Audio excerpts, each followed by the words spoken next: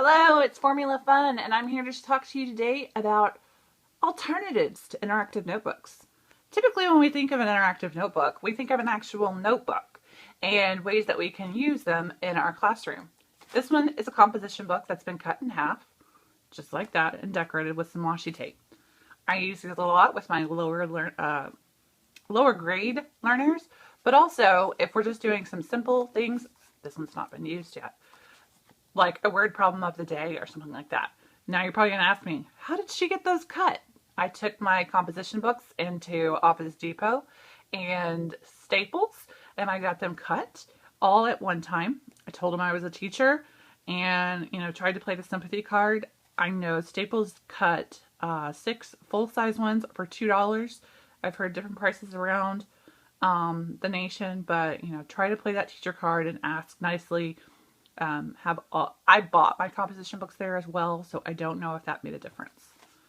Here is another composition book, full size, that I've used. Again, it's just simple math interactive notebook. This is more of a full size notebook that you would use in a classroom. So another way of doing a notebook. This is one of my favorite ways of doing a notebook. It's an actual very, very sturdy plastic cover with a spiral. And you can see in this one that I skipped a lot actually. I actually have full-size working samples that I'm going through and adding to. But today I want to show you another example.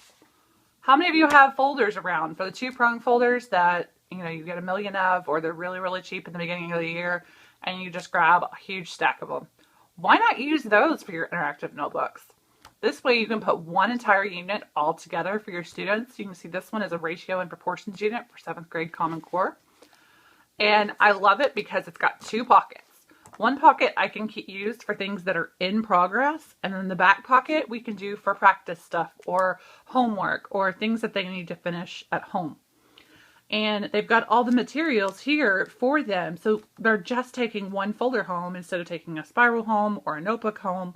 But they've got their resources all there with them. I know that is a concern of a lot of the people that when I go around training, they're like, well, you don't let them take their notebooks out of the classroom because we're afraid they're going to lose them. Well, with a folder, they're not taking as much home. And hopefully with it having the homework in there as well, it's going to come back to you. So I just created a cute little cover sheet for this one so students could know exactly what this one was when they opened it up. But then I continue just like I do with any other interactive notebooks, and I go on with vocabulary in our Frayer models. You can see you still fit 6 to a page. You can really fit 8 to a page if you try. And underneath it has the definition, characteristics, example, and non-example. And the lessons continue just like normal with teacher input on the left-hand side and student output on the right-hand side. I know a lot of people do this the opposite way, and that's perfectly fine because guess what? Your notebook may vary. Your notebook is your notebook and it's what works for your kids. I can't predict that. So you can see here I have a title, I have the I can statement. We talked about at the beginning of the lesson, we did a flippable about unit rates with fractions, have a problem in there. We created a table and a tape number line and did our work all together. So that's their example before moving on to doing some practice problems on their own. And this is when I would walk around and facilitate and answer questions and stuff like that. And then they would complete a Post-it Prove It. I love my Post-it Prove It's. And if you haven't checked out my blog where I've talked about Post-it Prove It's quite a bit, you might want to check that out.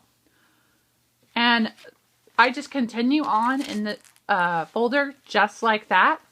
So I hope this idea right here and you seeing my ratios and proportions in a folder will give you another idea to be able to incorporate interactive notebooks in your classroom. So until tomorrow, bye.